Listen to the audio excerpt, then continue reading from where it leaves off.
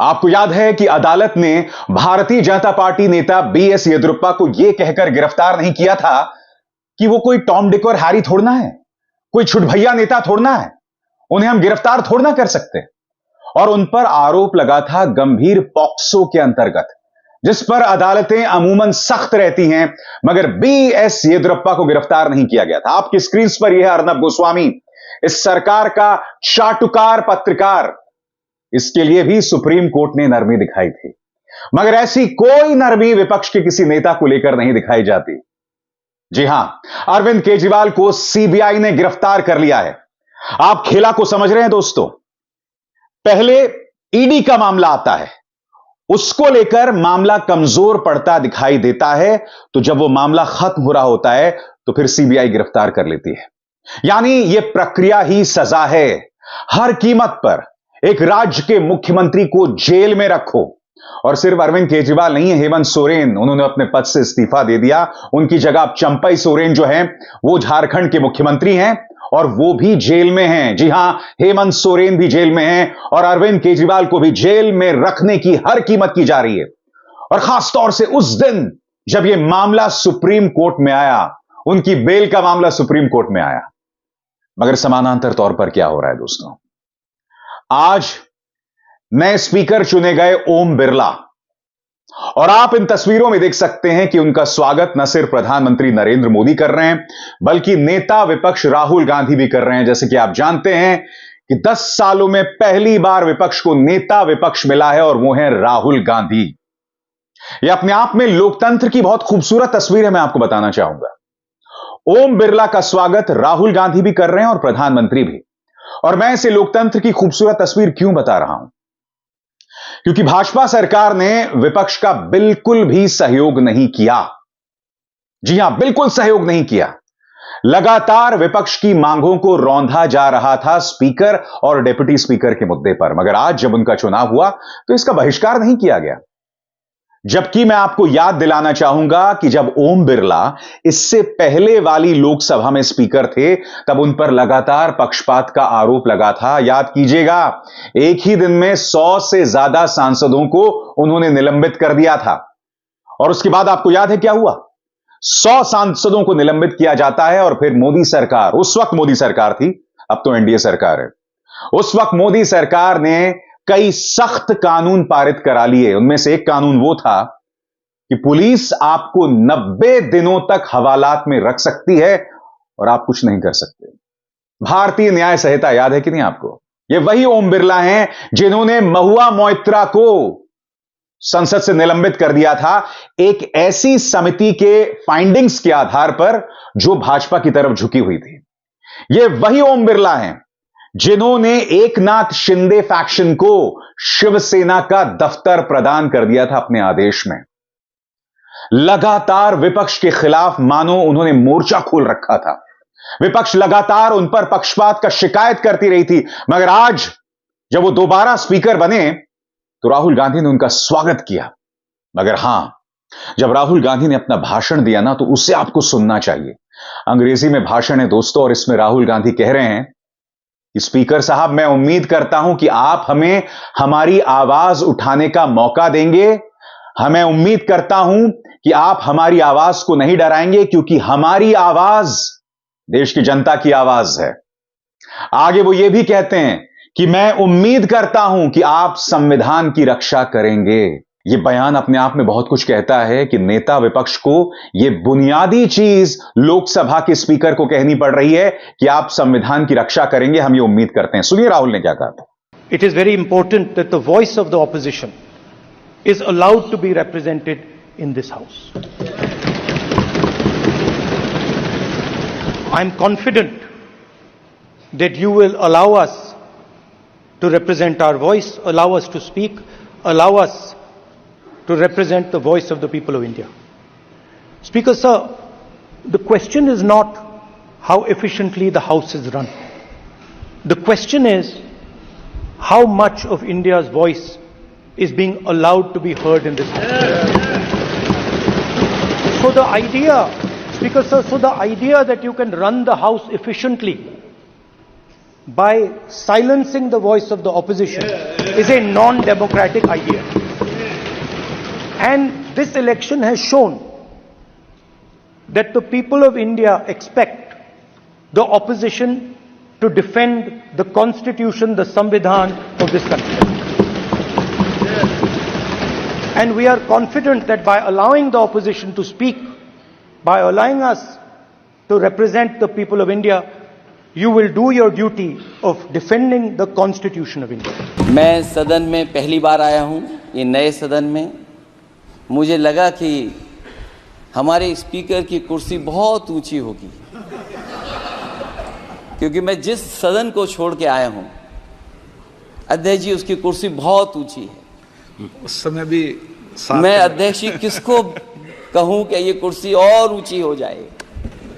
जहां ये नया सदन है, वही मैं आपकी पीठ के पीछे देख रहा हूं, पत्थर तो सही लगे हैं, सब कुछ अच्छा लगा है, लेकिन कुछ दरार में मुझे कुछ सीमेंट अभी भी लगा दिखाई दे रहा है। अध्यक्ष महोदय, मुझे उम्मीद है कि आप जितना सत्ता पक्ष का सम्मान करेंगे, उतना ही विपक्ष का सम्मान कर करके हमें भी अपनी बात रखने का मौका देंगे। मैं आपको बधाई देता हूं, शुभकामनाएं देता हूं, हर तरीके के साथ आपके साथ हैं। बहुत धन्यवाद। इस बयान का एक पहलू यह है दोस्तों कि अपने आप में बहुत ही शर्मनाक बयान है, और यह शर्म राहुल पर बरपा नहीं है दोस्तों, यह शर्म व्यवस्था पर है, यह शर्म मौजूदा राजनीति पर है, जहां आपने देखा किस तरह से ओम बिरला के आचरण पर लगातार सवाल उठता रहा, उन पर लगातार यह आरोप लगता रहा कि उनके तमाम आदेशों के निशाने पर सिर्फ विपक्षी सांसद थे। अब इन दो खबरों को दोबारा देखिए।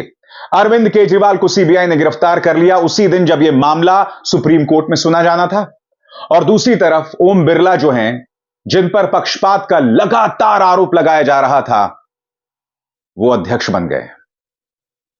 आज भाजपा सरकार वजूद में है इन दो लोगों की वजह से, चंद्रबाबू नायडू टीडीपी प्रमुख और नीतीश कुमार। आज इन दोनों से सवाल है, जिस तरह से अरविंद केजरीवाल पर निशाना साधा जा रहा है, कि आप इससे इत्तेफाक रखते हैं, क्योंकि आप दोनों इस मुद्दे पर लगातार खामोश बने हुए हैं। मैं इन दोनों को एक एक बयान की याद दिलाना चाहूंगा। याद कीजिए 2019 में तेलुगु देशम पार्टी के 4 सांसदों को भाजपा ने नोच लिया था और यह राज्यसभा में हुआ था। क्या यह बात चंद्रबाबू नायडू भूल गए? चंद्रबाबू नायडू क्या विश्वास के साथ कह सकते हैं कि कल को ऐसा ही कोई संकट उनके लोकसभा सांसदों पर आए तो क्या ओम बिरला पक्षपात से ऊपर उठकर कार्रवाई करेंगे? क्या चंद्रबाबू नायडू 2019 का इतिहास भूल गए? और नीतीश कुमार, हम सब जानते हैं कि भारतीय जनता पार्टी तमाम राज्यों में क्षेत्रीय दलों को खत्म कर देना चाहती है। आपके स्क्रीन पर जेपी नड्डा, कुछ महीनों पहले का इनका बयान है। इन्होंने यह बयान बिहार में ही दिया था कि हमारा मकसद है क्षेत्रीय दलों को खत्म कर दिया जाए। क्या नीतीश कुमार इस बात से इत्तेफाक रखते हैं? कहने को भाजपा बहुमत से 30 सीटें दूर है, मगर आप देख रहे हैं कि उनकी एजेंसीज किस तरह से विपक्ष पर निशाना साध रहे हैं, किस तरह से अरविंद केजरीवाल गिरफ्तार किए जाते हैं। सीबीआई गिरफ्तार करती है जब ईडी का मामला कमजोर पड़ने लगता है, उसके बाद सीबीआई उन्हें गिरफ्तार करती है। यानी कि एक इंसान को हर कीमत पर जेल पर रखो, जैसे हेमंत सोरेन जेल पर हैं। आखिर इस मुद्दे पर चंद्रबाबू नायडू क्यों खामोश हैं? नीतीश कुमार क्यों खामोश हैं? और कब तक आप खामोशी अख्तियार रखेंगे? बताइए। यह खामोशी कांग्रेस के स्तर पर भी है, उसकी मैं बात बाद में जाके करूंगा, मगर मैं आपको बतलाना चाहूंगा कि दिल्ली में एक जल संकट भी है, जिसको लेकर आतिशी, जो कि सरकार की जल मंत्री हैं, वह आमरण अनशन पर थी। कल उनकी हालत बिगड़ गई, उनका शुगर लेवल 36 तक पहुंच गया, उन्हें अस्पताल में भर्ती कराना पड़ा। आज उनसे मिलने अखिलेश यादव पहुंचे। अखिलेश यादव का यह बयान बहुत मार्मिक है। उनके साथ मौजूद थे संजय सिंह। अखिलेश यादव ने कहा कि केंद्र की सरकार हर कीमत पर अरविंद केजरीवाल की सरकार को खत्म कर देना चाहती है। क्या कहा उन्होंने आतिशी की तारीफ करते हुए? आइए सुनते हैं। आज ये सवाल अखिलेश यादव से भी है। अखिलेश यादव आज आतिशी के पक्ष में हैं, अरविंद केजरीवाल के पक्ष में उभर कर आ रहे हैं, मगर बड़ा प्रश्न, जिस तरह से केजरीवाल पर निशाना साधा जा रहा है।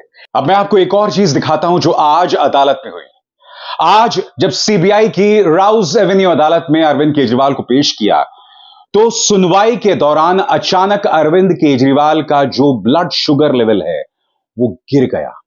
अरविंद केजरीवाल को, जैसा कि आप इन तस्वीरों में देख सकते हैं, बाहर लाया गया, उन्हें चाय और बिस्किट ली गई। सवाल यह कि हम सब जानते हैं कि मामला राजनीतिक है और हम सब जानते हैं कि अरविंद केजरीवाल को ब्लड शुगर की शिकायत है, उनको डायबिटीज की शिकायत है। मैं आपसे एक सवाल पूछना चाहता हूं, इससे पहले भी आपको याद है जांच एजेंसीज ने अरविंद केजरीवाल की समस्या को मानने से इनकार कर दिया था।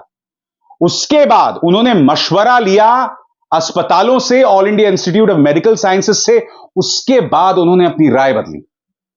पहले मानने को ही नहीं तैयार होते कि भाई अरविंद केजरीवाल को कोई दिक्कत है, अपनी गोदी मीडिया के जरिए उल्टा सीधा प्रचार भी चलाते हैं। बड़ा प्रश्न यह कि आपने इस तस्वीर में देखा कि किस तरह से अरविंद केजरीवाल को बाहर लाया गया क्योंकि उनका शुगर लेवल अचानक गिर गया। सीधा सा सवाल, यह जवाबदेही किसकी है? अगर कल को अरविंद केजरीवाल को कुछ हो गया तो क्या भारतीय जनता पार्टी इसकी जवाबदेही लेगी? क्या वो उन सवालों का जवाब देंगे जो अरविंद केजरीवाल के स्वास्थ्य बिगड़ने से पैदा होंगे? यह सवाल तो किया जाएगा ना। इंडिया गठबंधन अपने स्तर पर एक बड़ा प्रेस कॉन्फ्रेंस क्यों नहीं कर रही? आखिर क्या वजह है कि राहुल गांधी सामने आकर इस मुद्दे पर बयान नहीं देते? उन्हें सामने आकर कहना पड़ेगा। मैं उनको याद दिलाना चाहूंगा, आज ही इलाहाबाद हाईकोर्ट में यह केस भी आया। आप जानते हैं इस केस में क्या है? इस केस में यह है कि राहुल गांधी एक ब्रिटिश नागरिक हैं, इसीलिए रायबरेली से जो उनका चुनाव हुआ है उसे खत्म किया जाए, उसे निरस्त किया जाए। राहुल गांधी को याद होगा कि इससे पहले भी मोदी शब्द के इस्तेमाल को, उसे चोर से जोड़ने को लेकर उन्हें 2 साल की सजा सुनाई गई थी, उनकी सांसदी चली गई थी, उन्हें घर से भी निकाल दिया गया था। यानी कि यह सरकार और उससे जुड़ा जो तंत्र है, उसके समर्थक हर कीमत पर विपक्ष पर निशाना साधना चाहते हैं। अब इन दोनों खबरों को जोड़िए। राहुल गांधी पर इलाहाबाद हाईकोर्ट में आया यह मामला जिसमें उनकी सांसदी को खत्म करने की बात की जा रही है, और अरविंद केजरीवाल की गिरफ्तारी। मुद्दा यह नहीं है कि इलाहाबाद हाईकोर्ट ने इस पर क्या कहा, मुद्दा यह है कि ऐसे मामले अदालत के सामने आ रहे हैं। आप सब जानते हैं कि राहुल गांधी एक अरसे से सांसद हैं। वो अमेठी से पहले सांसद रहे हैं, वायनाड से सांसद रहे हैं और अब रायबरेली से सांसद हैं। कहने का अर्थ क्या है दोस्तों? कहने का अर्थ स्पष्ट है, साफ है। राहुल गांधी पहली बार सांसद नहीं बन रहे हैं। अगर यह केस पहली बार सांसदी के दौरान दायर होता तो बात समझ आती, मगर अब दायर हो रहा है। मकसद क्या है? तो या तो एजेंसीज के जरिए विपक्ष के नेताओं को जेल में रखा जाए, या फिर संसद के अंदर ऐसी व्यवस्था बरपाई जाए कि संसद में विपक्ष की आवाज को ही ना सुनने दिया जाए।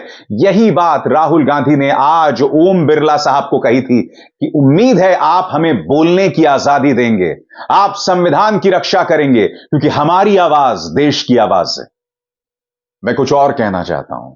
कई कांग्रेस के समर्थक कह रहे हैं कि भाई कांग्रेस के 99 सांसद हैं। मैं कहता हूं अगर आपके 2 भी सांसद होते तब भी लोकसभा अध्यक्ष को आपकी आवाज सुननी चाहिए। पक्षपात नहीं किया जा सकता। और आरोप सिर्फ लोकसभा पर नहीं लगा, याद कीजिए राज्यसभा, जगदीप धनखड़ पर भी लगातार यह आरोप लगता है। नेता विपक्ष मल्लिकार्जुन खड़गे कुछ कहने के लिए खड़े होते हैं और फिर जगदीप धनखड़ खड़े हो जाते कि नहीं, मैं अपने सदन में इस बात की इजाजत नहीं दूंगा, देश की नाक नहीं कटने दूंगा। इस तरह की बातें वो करने लगते हैं। मल्लिकार्जुन खड़गे नेता विपक्ष हैं, उन्हें कहने नहीं दिया जाता। टीएमसी के सांसद डेरेक ओब्रायन जब ये बात कहने की कोशिश कर रहे थे तब बगैर नियमों को परखे उन्हें निलंबित कर दिया गया, उन्हें संसद से बाहर कर दिया गया, बगैर नियमों को परखे। इस तरह से पीठासीन अधिकारी सदन के अध्यक्ष काम कर रहे हैं, चाहे वो राज्यसभा हो, लोकसभा हो। इसका अर्थ क्या हुआ? इसका अर्थ क्या हुआ? सीबीआई करती है केजरीवाल को गिरफ्तार, यानी एजेंसीज के सहारे विपक्ष पर निशाना, प्रक्रियाओं के जरिए विपक्ष को खत्म करना। Process is the punishment. अदालतें जिनके दोहरे मापदंड हम साफ तौर पर देख रहे हैं, यानी कि जो सत्ता से जुड़े राजनेता हैं उनको लेकर उनके क्या तेवर हैं सब जानते हैं, और विपक्ष को लेकर उनके क्या तेवर हैं सब जानते हैं। याद कीजिएगा दिलीप रे, भाजपा के वो नेता जो उड़ीसा से चुनाव लड़ रहे थे, उनको लेकर जस्टिस स्वर्ण कांता का क्या रवैया था और अरविंद केजरीवाल को लेकर या संजय सिंह को लेकर उनका क्या रवैया था? वो रवैये में फर्क साफ तौर पर दिख रहा है। जनता यही सवाल उठा रही है। यानी कि एजेंसीज के जरिए सहारा, अदालतें जो कभी कभी निरंकुश दिखाई देती हैं, सदन के अंदर पीठासीन अधिकारी और सदन के जो अध्यक्ष हैं उनका कथित पक्षपात साफ तौर पर दिखाई देता है, और सीक्रेट इलेक्टोरल बॉन्ड्स का जलवा जो हम देख ही चुके हैं। किस तरह से सरकारें गिराई जाती हैं, किस तरह से प्राइवेट विमानों में एक पॉलिटिकल पार्टी के सांसदों और विधायकों को एक जगह से दूसरी जगह ले जाया जाता है। यह खेला कितनी बार हुआ है पिछले 10 सालों में, आप और हम बखूबी जानते हैं। विपक्ष को एकजुट होना होगा। राहुल गांधी इस मुद्दे पर दोहरे मापदंड नहीं अपना सकते। जिस तरह से अखिलेश यादव आतिशी से मिलने गए, उसी तरह से राहुल गांधी या प्रियंका को भी जाना चाहिए आतिशी से मिलने। मैं सवाल पूछना चाहता हूं, कांग्रेस के कितने नेता आतिशी से मिलने गए? आप लड़ाई लड़ रहे हैं अपने वजूद की। भारतीय जनता पार्टी के तेवर में कोई फर्क नहीं आया है। क्यों, यह भी जानिए। कहने को बहुमत से दूर हैं, मगर राजनीति स्वार्थ का खेल है। इस वक्त भाजपा जानती है कि अपने स्वार्थ के चलते चंद्रबाबू नायडू और नीतीश कुमार उन पर कुछ कार्रवाई नहीं करेंगे। क्यों? क्योंकि उन्हें भी सरकार में मलाई काटनी है। इसीलिए वो कभी भी भाजपा सरकार जो मर्जी करे कुछ नहीं करने वाले हैं। वो कविता है ना राहत इंदौरी की, कि लगेगी आग तो आएंगे घर कई जद में, यहां पे सिर्फ हमारा मकान थोड़े है। ये बात चंद्रबाबू नायडू और नीतीश कुमार ना भूलें। वो ना भूलें कि इससे पहले उन्हें भाजपा की मशीनरी से, उनके पैसे से, उनकी ताकत से लगातार चुनौती मिलती रही है। आज हम उनके साथ सत्ता में हैं, मगर कब तक आपको लगता है कि आप अपनी खैर मनाएंगे? बहरहाल दोस्तों, जो मैं अक्सर कहता रहा हूं, हमें इंतजार करना पड़ेगा अगले 100 दिनों का, क्योंकि अगले 100 दिनों में महाराष्ट्र के चुनाव होने हैं, हरियाणा के चुनाव होने हैं, उसके बाद झारखंड में चुनाव होने हैं। कहने का अर्थ क्या है? अगर इन तीनों राज्यों में भाजपा हार जाती है, तब ये तमाम एजेंसीज, तमाम दबाव, ये सब कुंद पड़ने वाला है। जी हां, तब दबाव बनेगा प्रधानमंत्री नरेंद्र मोदी पर, न सिर्फ सहयोगी दलों से बल्कि पार्टी के अंदर से भी। क्योंकि आप इस बात को साफ तौर पर जानते हैं कि उत्तर प्रदेश, जहां भाजपा का इतना खराब प्रदर्शन था, वहां पहले से ही यूपी लॉबी बनाम गुजरात लॉबी में गैंग वॉर चल रहा है। इसीलिए मेरा कहना है, इंतजार कीजिए अगले 100 दिनों का। देखते हैं आगे आगे होता है क्या। अभिसार शर्मा को दीजिए इजाजत। नमस्कार। स्वतंत्र और आजाद पत्रकारिता का समर्थन कीजिए, सच में मेरा साथी बनिए। बहुत आसान है दोस्तों, इस ज्वाइन बटन को दबाइए और आपके सामने आएंगे ये 3 विकल्प, इनमें से एक चुनिए और सच के इस सफर में मेरा साथी बनिए।